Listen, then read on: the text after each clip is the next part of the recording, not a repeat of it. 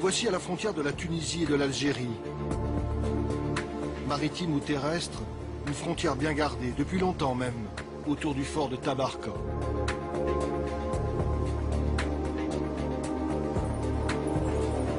Temps mitigé ce matin, le vent souffle, il a plu. La terre surprise est très verte. Ce n'est pas encore la chaleur écrasante des jours d'été quand la masse des vacanciers passe les postes frontières de l'ouest tunisien.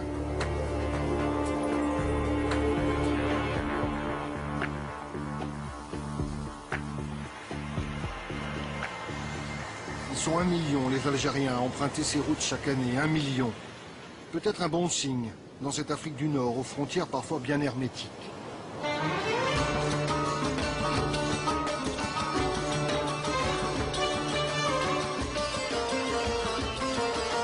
Plage déserte, sinon quelques pêcheurs qui profitent de la tempête pour repeindre leurs navires.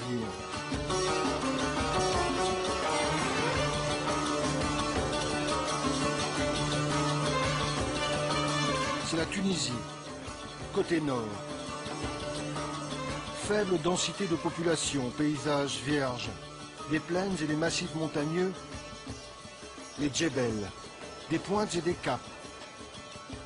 Au bout de cette presqu'île longue de 25 km, c'est le cap Farina qui sépare deux univers. Maritime vers Rafraf, lagunaire vers l'embouchure de la Medjerda qui prend sa source en Algérie. Libres fleuves qui coulent sans histoire et ne connaissent pas les frontières.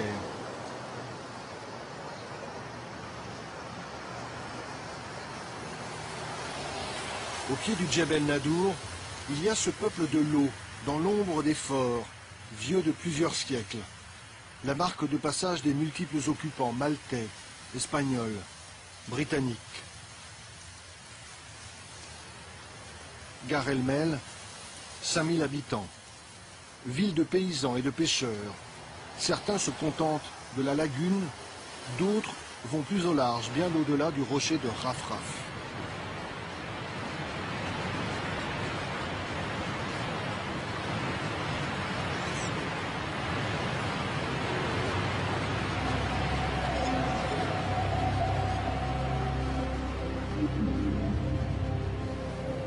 Une pointe de Tunisie dans le ventre de la Méditerranée, le Cap Bon. Roches sèches, fouettées par les vents. Paysage venté, océanique. On dirait presque l'Atlantique.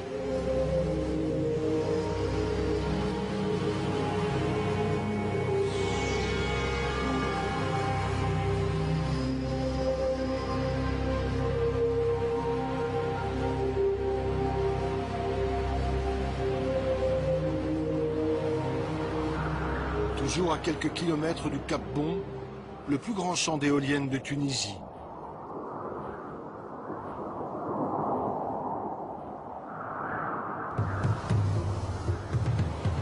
Attention danger, disait tout à l'heure le phare, aux navigateurs tentés de raser la côte.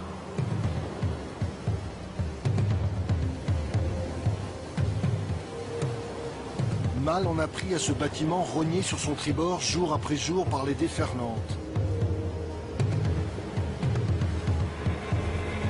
Vertige de la rouille, dans quelques milliers de vagues, il ne restera plus rien.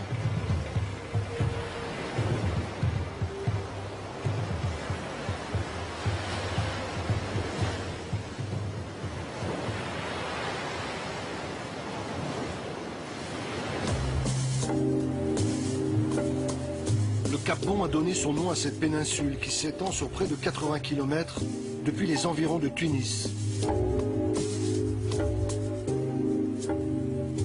Terre de travailleurs agricoles et de marins nomades, frères de la houle et des embruns, rompus à une vie de débrouille et de rigueur.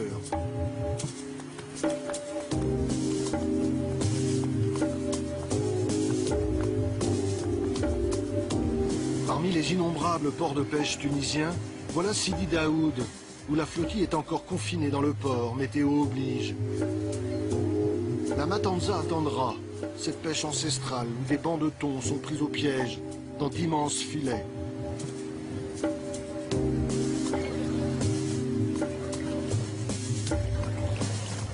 On dirait l'hiver.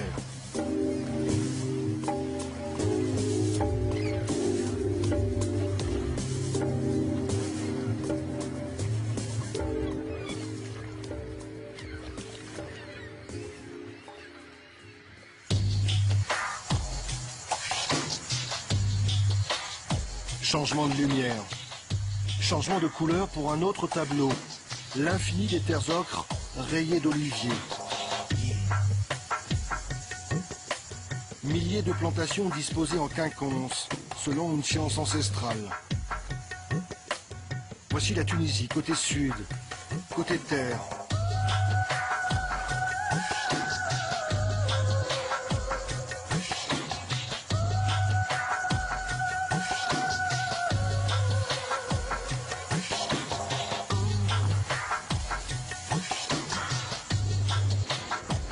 Très vite, on aborde le golfe de Gabès, qu'autrefois dans la géographie antique, on nommait la Petite Syrte.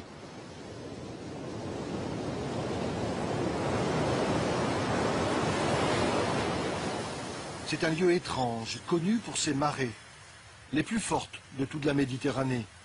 2 mètres d'amplitude environ entre la basse et la haute mer.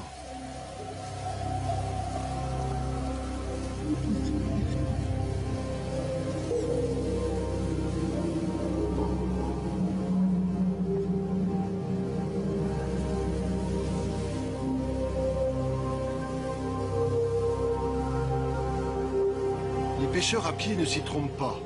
À marée basse, avec de la boue jusqu'aux genoux, ils savent qu'ici il y a moyen de récolter des coquillages et de faire bouillir la marmite. Des femmes, des hommes, englués quelques heures en plein soleil entre le flux et le reflux des eaux.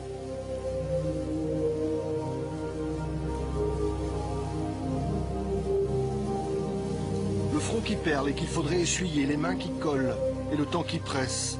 Chaque pas est un effort, chaque palourde retirée, une victoire.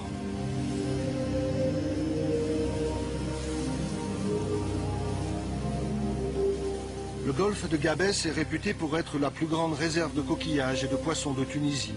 Il fait vivre des milliers de personnes.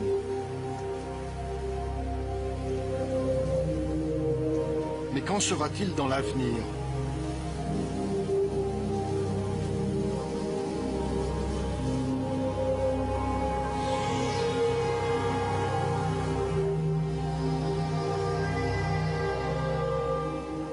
En vue du port de Gabès, on s'interroge.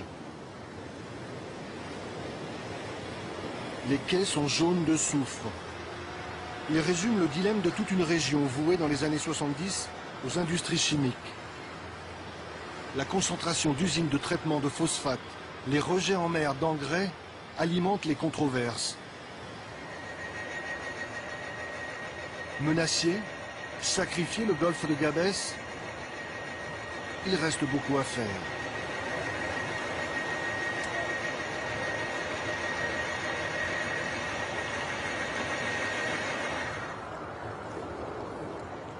Sfax maintenant, qui compte 500 000 habitants et où l'on trouve des salines rouges presque en centre-ville.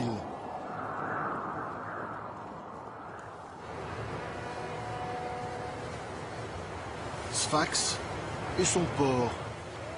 Liaison quotidienne avec l'archipel de Kerkena. On en reparlera. D'où viennent tous ces passagers, tous ces piétons et automobilistes.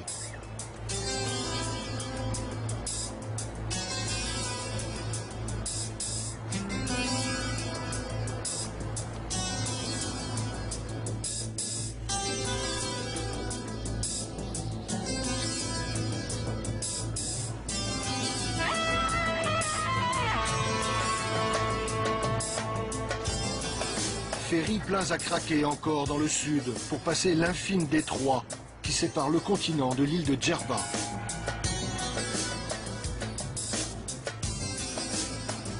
Sur la côte est de l'île, les yeux tournés vers la Libye voisine, une quarantaine d'hôtels a pris position sur une plage longue de plusieurs kilomètres, la plus belle de l'île. Tout y est pour subvenir aux besoins d'une clientèle occidentale fatiguée, avide de soleil et d'activité. Avec les sites de Monastir et de Sousse sur le continent, Djerba c'est le cœur de l'industrie touristique tunisienne.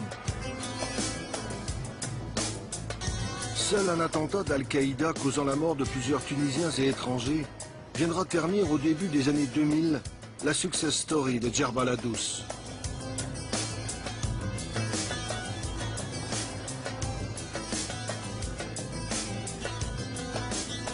Djerba, au lieu du mélange des cultures et des religions. Une île chaude, en carence d'eau douce, au point de creuser des canalisations sous-marines avec le continent pour s'approvisionner.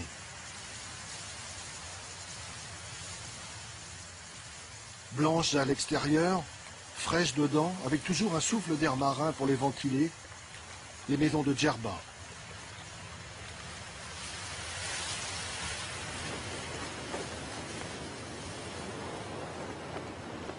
Il est 17 heures. Le vent de terre s'est levé et pousse en douceur les voiliers des pêcheurs vers le large. Il fait grand bleu près des Kerkénas, les îles où la mer est divisée en parcelles.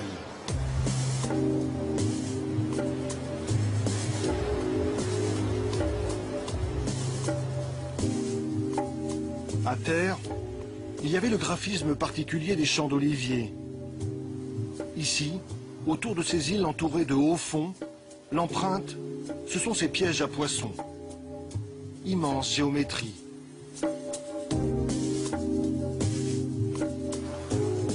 Cette nuit encore, il y aura des étoiles dans le ciel. Et s'il y a pleine lune, les oiseaux de mer n'auront pas de mal à se repérer pour trouver du poisson pris dans les pièges dressés par les pêcheurs.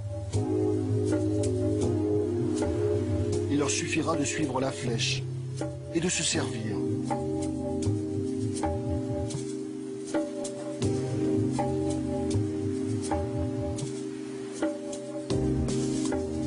Il est 17 heures. Il est temps de faire le thé pour tenir. La nuit va être longue et chaude.